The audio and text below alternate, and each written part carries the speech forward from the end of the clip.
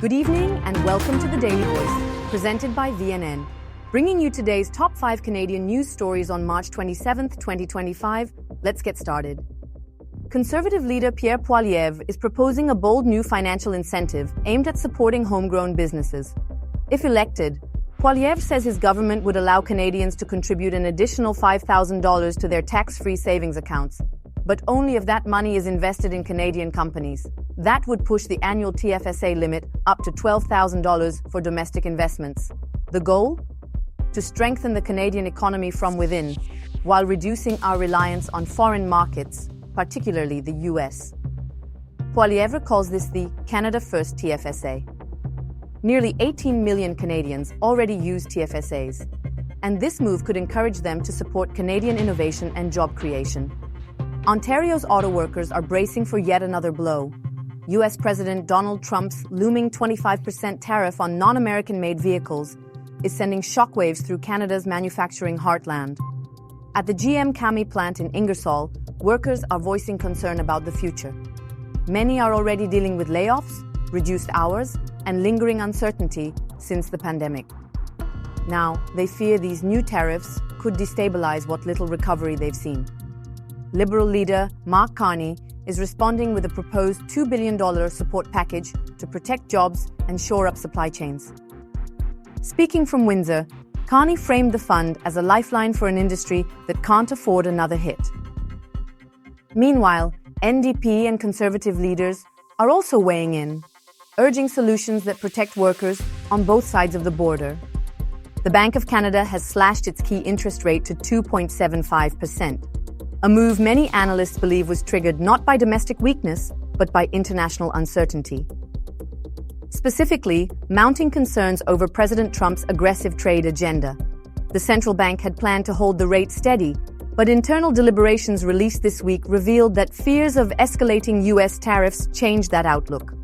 Officials worried that Trump's trade policies could cause major slowdowns in hiring, investment, and consumer confidence in Canada.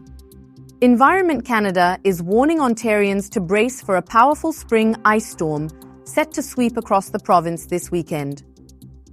Starting Friday evening, the storm is expected to bring a dangerous mix of freezing rain, snow, and ice that could last through Monday. Areas between Parry Sound and Kingston are expected to be hit hardest, with 5 to 15 centimeters of ice and snow accumulation forecasted. The risk? Major travel disruptions, power outages, and significant damage to trees and infrastructure. Toronto and other urban centres are also in the storm's projected path. Residents are urged to prepare now, charging devices, stocking supplies, and avoiding unnecessary travel. Prime Minister Carney is firing back at US President Donald Trump, calling his sweeping 25% tariff on all foreign-made vehicles a direct attack on Canada. Trump's executive order, which takes effect April 2nd, could devastate the cross-border auto industry, especially in Ontario, where auto exports total more than $68 billion annually.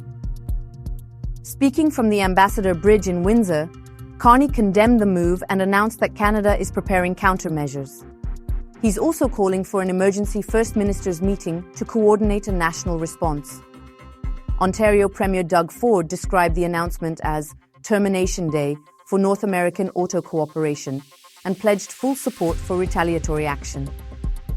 Meanwhile, business leaders are warning that even a few days of trade disruption could bring assembly lines to a halt. With parts often crossing the border multiple times before a vehicle is finished, the new tariffs could paralyze production. As April 2nd approaches, Canada's federal and provincial leaders are scrambling to safeguard jobs and economic stability in the face of what they're calling a reckless, politically motivated trade assault. That's all for today's top stories. Thank you for joining us on The Daily Voice, presented by VNN. Stay informed, stay engaged, and we'll see you next time.